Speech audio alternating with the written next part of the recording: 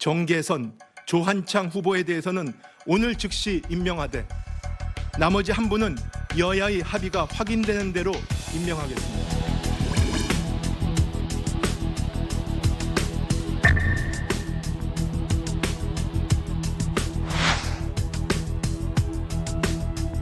지금 많은 국민들은 헌재가 민주당과 한편이 되어 대통령 탄핵을 밀어붙이는 것이 아닌가 하고 의심하고 있습니다. 더욱이 국회 의결을 거치지 않은 국회 명의의 권한쟁의 청구 자체가 법과 판례에 맞지 않는다는 지적까지 나오고 있습니다. 만일 최상목 대행이 헌법재판소의 결정에도 불구하고 마흔역 재판관을 즉시 임명하지 않는다면 이는 내란 공범이라는 결정적 확증입니다. 이번에도 책임을 다하지 않는다면 민주당은 비상한 결단을 택할 수밖에 없다는 점을 분명히 해둡니다.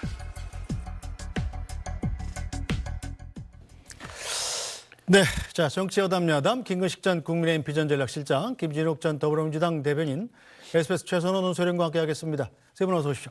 안녕하십니까. 네, 헌법재판소가 오늘 최상목 권한대행이 마흔역 헌법재판관 후보자를 임명하지 않은 것에 대한 위헌 여부 선고를 연기했습니다. 자, 먼저 김근식 실장께서는 어떻게 보십니까? 헌재도 좀 이 마흔역 후보자를 임명하지 않은 것이 이 최상목 권한대행의 월권이다 이렇게 판단하기엔 좀 부담스러웠다 이런 생각이 드시나요? 그러니까 제 생각에는 오늘 2시로 기일을 잡았고 선고를 하겠다고 밝혔을 때는 지금의 기류나 분위기로 봐서는 그 권한쟁의 심판에 대한 인용을 할 거라고 좀 예상이 됐었던 것 같습니다. 네. 아까 일부에서 자료화면 나왔습니다만 재판관들이 질문하는 그 포인트가 2명은 하고 1명은 안 한 이유에 대해서 설명을 해봐라는 것이었기 때문에 그런 부분을 보면은 마흔역 재판관에 대한 임명을 하라고 아마 결정을 할 수 있었던 것 같은데 오늘 오후에 그 시간을 앞두고 갑작스럽게 지금 이걸 미루고 다시 변론기를 재개하겠다는 거 아니겠습니까? 네. 그런 걸로 봐서는 제가 볼 때 절차를 좀 더 신중하게 가져가겠다. 그리고 헌법재판소의 이런 조급한 이 마흔역 미임명에 대한 어떤 선고를 내리는 것 자체가 사실 불필요한 논란을 좀 일으키는 상황이 될 수 있기 때문에 이 부분에 대해서 조금 더 숨고르기를 하며 속도 조절하겠다는 것으로 좀 판단이 되고요. 저는 지금도 계속 똑같은 주장입니다만 만약에 헌재에서 저런 내용에 대해서 권한쟁의 심판에서 결론이 나오면 당연히 헌법재판소가 최종적인 판결 기관이기 때문에 따라야 되는 건 맞습니다만 굳이 지금 마흔역 재판관에 대한 미임명 문제를 한덕수 총리 권한대행 탄핵 문제보다 앞세워서 할 이유가 있느냐라고 하는 국민 여론들이 좀 비등하게 있고 또 하나는 8명으로도 저는 충분히 네. 대통령 탄핵에 대한 심판의 정당성을 확보할 수 있다고 생각을 합니다. 굳이 1명을 더 채워서 완전체를 만들어야만 하겠다는 그런 필요성보다는 8명으로 불필요한 논란을 좀 뒤로 미루고 충분히 공정하고 엄정한 이 탄핵 심리 과정을 통해서 국민들이 납득할 만하고 어떤 결론이 나와도 국민들이 분열되지 않고 두동강에 나지 않도록 하기 위해서는 저는 이 마흔역 재판관 임명에 대해서는 좀 뒤로 미루는 것이 현명한 것이라고 생각하고 그런 면에서 일단 헌재가 조금 국민 여론에 대해서 좀 한 발 물러선 게 아닌가라고 저는 긍정적으로 해석을 하고 싶습니다. 네, 자 민주당은 정반대죠. 마흔역 재판관 후보는 민주당에서 추천한 인물이고 헌재가 9명으로 구성이 되면서 완전체가 되면서 마흔역 재판관이 들어가게 되면 사실은 윤석열 대통령의 탄핵 심판을 인용하기에는 더 유리한 구도가 된다. 그런 계획 아닙니까? 뭐 유리 유불리를 떠나서 일단 헌법재판소의 구성을 온전하게 만들어야 된다라는 부분에 대해서 동의하시는 국민들이 굉장히 많다라는 겁니다. 특히 헌법재판소가 대통령이 3분, 또 국회가 3명, 또 대법원에서 3명을 이렇게 추천하게 해놓은 원리라는 것이 있는 거 아닙니까? 네. 그 구성 원리가 충분히 반영된 상태에서 대통령의 탄핵 심리에 대해서 어떤 결론을 내리는 것이 헌법재판소에서의 결론에 대한 신뢰도를 높이는 방법이다라는 것이 일단 첫 번째 이유고요. 지금 또 그 국회에서 이 마흔역 후보, 정계선 후보 2사람에 대해서 또 조한창 후보까지 3분에 대해서 정상적인 절차를 다 거쳐서 이 동의안이 국회에서 정부로 넘어갔다면 3분에 대해서 똑같이 임명되는 것이 맞는 것인데 그중에 최상목 권한대행께서 마흔역 후보에 대해서 임의적으로 선택적으로 임명을 보류한 이 행위 이것이 헌법적으로 위헌적이다라는 부분에 대해서 권한쟁의 심판을 청구한 것이고 이 부분에 대해서 결론을 빨리 내는 것이 가장 바람직한 상황이다라는 것이 민주당의 입장인데요. 물론 오늘 헌법재판소가 지금 변론을 재개하기로 한 결정에 대해서도 뭐 저희는 뭐 당연히 지켜보고 따르겠습니다만 네. 국민의힘에서도 이 부분에 대해서는 좀 정확하게 메시지를 좀 통일할 필요가 있겠다는 생각이 듭니다. 지금 국민의힘에서 이 마은혁 후보가 그 임명되지 않아야 하는 이유를 얘기하는데 그 이유들은 전혀 동의하기가 어려운 것이고요. 사실상 오늘 어떤 결론이 헌법재판소에서 나왔다고 하더라도 그 결론이 그렇게 이상할 것도 없는 상황이었다. 물론 오늘 헌법재판소는 절차적 정당성을 높이는 방법을 선택했습니다만 아마 조만간에 이 부분에 대해서도 결론을 내려줘야 될 것 같습니다. 네, 자 최선호 선수요. 일단 여당에서 마은혁 후보자의 임명을 극구 반대하는 이유가 바로 마은혁 후보자가 임명돼 버리면 헌법재판소의 이른바 이념적 성향 자체가 굉장히 좀 진보에 유리하게 된다. 뭐 이런 주장인 거잖아요. 그 이제 이진숙 방통위원장 탄핵 심판 결정이 뭐 얼마 전에 있었는데 그때 이제 4가 나왔지 않습니까? 네.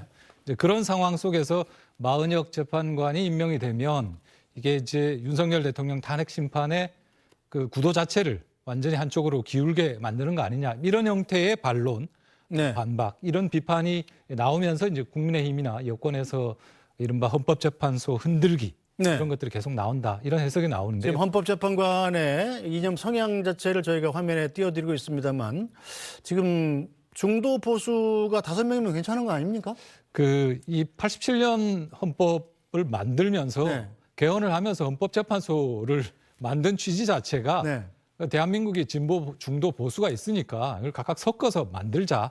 그래서 대통령이 9명을 임명하되 3명은 국회가 선출하고 대법원장이 또 3명 지명해서 하자는 겁니다. 그래서 사실은 진보와 중도, 보수가 섞여 있다는 것 자체가 어떻게 보면 대한민국을 상징하기 때문에 저걸 문제 삼는 건 조금 과한 것 같고요. 만약에 이제 저렇게 되면은 지난번에 혹시 기억하실지 모르겠지만 이 박선영 진실화해위 위원장의 제부가 지금 저 오른쪽 두 번째 정영식 재판관이죠. 그럼 그게 또 문제가 안 되겠습니까? 그러니까 그렇게 걸고 넘어지기 시작하면 사실은 지금 헌법재판소 구성 자체가 불가능한 거고요.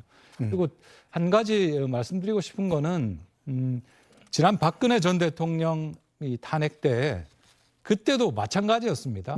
진보, 보수, 중도가 섞여 있는 재판소였지만 그때도 8명이 최종적으로 결정에 참여를 했는데 8대 0으로 나왔어요. 아마 만장일치 가까이 나올 겁니다. 이번에도 헌법재판관 정도 되는 분들이 저런 세간의 평가 때문에 막 이렇게 자신의 의견을 결정할 것 같지는 않고요. 더군다나 대통령 탄핵이라는 이 사안의 무게 때문에라도 이 결정 이후에 대한민국이 어떤 겪을 수 있는 혼란 이걸 최소화할 수 있는 방식으로 의사결정을 하지 않을까. 그래서 좀 부질없는 정치적 논란인가 뭐 이런 생각을 해봅니다. 네, 최선호 선수는 부질없다는데 여당은 왜 자꾸 이 마은혁 재판관을 좀 임명을 안 했으면 좋겠다 이런 식으로 주장을 하고 있는 건가요? 그러니까 단순히 진보 보수의 숫자 놀이를 하는 건 아니고요. 저는 절차적인 문제를 충분히 제기할 수 있다고 봅니다. 그러니까 마은혁 임명관이 임명이 되면 너무 진보 쪽으로 쏠린다라는 뭐 유불리를 따지는 이야기는 뭐 저는 뭐 표면에 나와 있는 건 아니라고 보고요. 논리적으로 생각해 보면 지금 문제가 되는 이 마은혁 그 재판관 미임명에 대한 행위를 한 사람이 바로 최상목 권한대행 아닙니까? 근데 최상목 권한대행이 2분은 임명을 하고 한 분인 마은혁 재판관을 임명하지 않은 것이 지금 문제가 돼서 지금 쟁의 심판이 온 건데요. 이 최상목 대행의 자리에 오르게 된 근본 원인이 뭐였습니까? 한덕수 총리의 탄핵입니다. 한덕수 총리가 탄핵이 됐기 때문에 최상목 경제부총리가 대행이 돼서 마은혁 재판관을 임명하지 않았다고 해서 지금 권한쟁의 심판을 한 거거든요. 그러면 일반 국민이 생각할 때는 헌재가 조금 더 국민적 동의와 설득을 하기 위해서라면 아까도 말씀하신 박근혜 대통령 탄핵 때도 논란이 많았습니다만 8인 체제로 얼마든지 8인 만장일치로 인용해 나왔었어요. 근데 굳이 그 많은 논란을 뒤로 하고 그리고 한덕수 총리 권한대행에 대한 탄핵에 대한 이야기는 지금 변론 기일을 시작도 안 한 상태에서 한덕수 총리가 탄핵됐기 때문에 생겨났던 최상목 대행의 원인 행동에 대해서 판단을 하겠다는 거 아니겠어요? 그러면 최상목 대행의 마은혁 재판관 미임명에 대한 근본 원인은 한덕수 총리 탄핵인데 이 탄핵 문제를 하지 않고 이걸 먼저 하겠다는 것은 일반적인 국민의 시각에서 봤을 때는 납득이 되지 않는다는 것이죠. 그렇기 때문에 제가 그 헌재에 정말 간곡히 부탁드리는 것은 절차상 뭐 어떤 그 뭐 정당성이 있는지는 모르겠습니다만 헌재가 어떤 결론을 내든 국민들이 납득 가능해야 됩니다. 그렇다고 한다면 국민들에게 논란을 불러일으키는 짓은 되도록 하지 않는 게 좋다. 그렇다면 8인 체제로 지금 충분히 구성이 돼 있고 공정하고 엄중하게 심판을 이어가면 되는 것이지 지금 한덕수 총리 권한대행에 대한 탄핵 이야기는 꺼내지도 않은 상태에서 그것으로 인해서 발생한 후속 원인인 이 마은혁 임명 문제를 가지고 먼저 한다는 것은 좀 납득하기 어렵다는 게 저희 당의 생각이란 말씀드립니다. 네, 어쨌든 김진욱 대표님, 민주당은 만약에 좀 연기되긴 했습니다만 헌재가 마은혁 후보자를 임명해라 이런 판결을 내린다면 최상목 권한대행이 좀 물어보고 해야 되겠는데요. 시간을 늦춘다거나 아니면 임명하지 않는다거나 할 경우에 최상목 권한대행을 다시 탄핵에 나설 수도 있다. 이런 입장입니까? 아마 비상한 결단을 해야 할 시점이 올 수도 있다라고 보여집니다. 좀 전에 절차적인 문제라고 말씀을 주셨는데 한번 그 반대로 예를 한번 들어보면 어떨까요? 예를 들어서 이번에 국민의힘에서 추천한 인사가 2분이고 민주당에서 추천한 인사가 1분이었다. 그중에서 최상목 권한대행께서 양측에 1명씩을 임명하고 국민의힘에서 추천한 인사를 임명하지 않았다고 그렇게 가정을 해보면 역시 똑같이 국민의힘에서 지금처럼 이런 주장을 하실 수 있었을까요? 아마도 저는 뭐 단언컨대 국민의힘에서 왜 국민의힘이 추천한 1명을 임명하지 않느냐라고 또 벌떼처럼 달겨들어서 시시비비를 가리자 이렇게 했을 겁니다. 그렇다면 지금의 이 문제는 어느 쪽의 유분리를 떠나서 절차적으로 국회에서 합법적으로 동의안이 통과가 됐다면 그 부분에 대해서 임명하는 것이 당연하다. 이 주장이 그렇게 어려운 주장은 아닐 것이다. 이런 말씀 드리고 지금 이 헌법재판소에 이제 지금 현재는 8분이지만 9분이 되면 이 중에 8분이 서울대 출신입니다. 그리고 5분이 보수, 중도 보수라고 평가받는 성향의 분들입니다. 네. 이 부분에 대한 편향성 이거는 없는 겁니까? 아니 어떻게 지금 진보적인 인사 성향을 가지고 있는 사람이 한 사람 더 늘었다고 해서 이것이 마치 헌법재판소의 모든 행위가 부정당하는 그런 이유가 될 수 있는지 잘 모르겠다는 말씀드리고 지금 국민의힘에서는 그 문영배 재판관, 이미선 재판관, 정계선 재판관까지도 이 회피해야 된다 또는 네. 기피, 재척 사유가 있다라고 주장을 하는데 이 세 분들을 빼고자 하는 이유는 간단하지 않습니까? 지금 윤석열 대통령에 대한 헌법재판소의 탄핵 심리 하지 말자 이 말씀을 하고 싶은 거 아닙니까? 그럼 결과적으로 국민의힘에서 요구하는 건 뭡니까? 대통령의 이 상황을 그대로 방치한 상태에서 지금 우리의 헌정 중단 상황을 그대로 이어가자 이런 주장을 하시고 싶은 거라면 떳떳하게 그 말씀을 하시는 것이 낫다. 지금처럼 애꿎게 이 재판관들을 회피, 기피 신청을 하면서 마치 헌법재판소가 부당한 행위를 하고 있는 것처럼 헌법재판소를 흔들고 대한민국의 법치주의를 흔드는 이런 행위는 그만하시는 것이 맞다. 이런 말씀 좀 드리고 싶습니다. 네, 자 최선원 소령 일단 민주당이 최상목 권한대행이 헌법재판소의 판결이 있더라도 마은혁 후보자를 임명하지 않으면 특단의 대책을 생각할 수밖에 없다 이렇게 얘기합니다만 사실은 최상목 권한대행을 탄핵한다는 얘기 같은데 그러기는 쉽지 않아 보입니다. 그렇죠? 그렇죠. 이제 탄핵을 하게 되면 그 다음 이제 순번이 이주호 네. 사회부총리가 되고요. 그 다음이 유상임 과기정통부 장관이거든요. 근데 뭐 이주호 사회부총리는 뭐 아시다시피 한나라당 의원 출신의 보수 정치인 출신이고요. 그리고 유상임 과기정통부 장관 같은 경우에 기억하실지 모르겠지만 지난해 말에 최상목 대행이 그 헌법재판관 2명을 임명하고 1명은 이제 보류했을 때 네. 그때 국무회의에서 왜 국무위원들 여러 명이 벌떼같이 일어나서 뭐 반대하고 해서 뭐 최상목 대행이 눈물을 흘렸다 뭐 이런 얘기 있었지 않습니까? 네.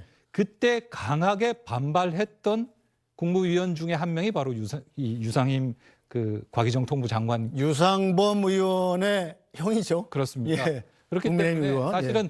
탄핵을 한다고 해서 몇 번을 더 탄핵을 해야 될지도 모르는 상황인 겁니다. 그럼 그때마다 그것이 다 어떻게 보면 뭐 비유가 적절치 않을지 모르겠습니다만은 스테로이드 같은 거거든요. 탄핵이라는 네. 아주 극약 처방이라는 거는 정치적으로 보면 그 정도로 이제 몸에 데미지가 쌓이는 그런 처방입니다. 그러니까 이게 계속 되다 보면 이게 민주당으로서도 굉장히 강한 뭐랄까요 반발, 이 반감 이런 것들을 사게 되는 것이죠. 그리고 실제로 지금 민주당이 어떻게 보면 칼집에 칼이 있을 때 이게 위력이 있는데 이걸 꺼내서 막 휘둘렀단 말이죠. 네. 그게 이제 대표적인 게 한덕수 총리에 대한 탄핵이고, 그러니까 명분을 좀 더 쌓는다거나 이런 과정이 없이 바로 그냥 탄핵해버렸단 말이죠. 그리고 좀 이따가 이제 내란죄 부분을 탄핵 심판에서 사실상 철회한다라는 그 네. 발표가 나왔고, 그거 사실 헌법재판소에서 알아서 하는 문제인데 괜히 그 말해 가지고 어떻게 보면 이제 그 논란만 더 일으키는 이런 상황들이 계속되면서 지금은 민주당이 글쎄요 뭐 특단의 조치를 하겠다고는 하는데 어떤 게 가능할지 잘 안 보입니다. 정치적으로 수단이 마땅치 않은 상황. 뭐 이렇기 때문에 여기서 필요한 거는 사실은 이제 설득하고 대화하는 거거든요. 네. 적절한 형태로 이런 부분들에 대한 노력을 좀 민주당도 고민해 볼 필요가 있다라고 생각합니다. 알겠습니다.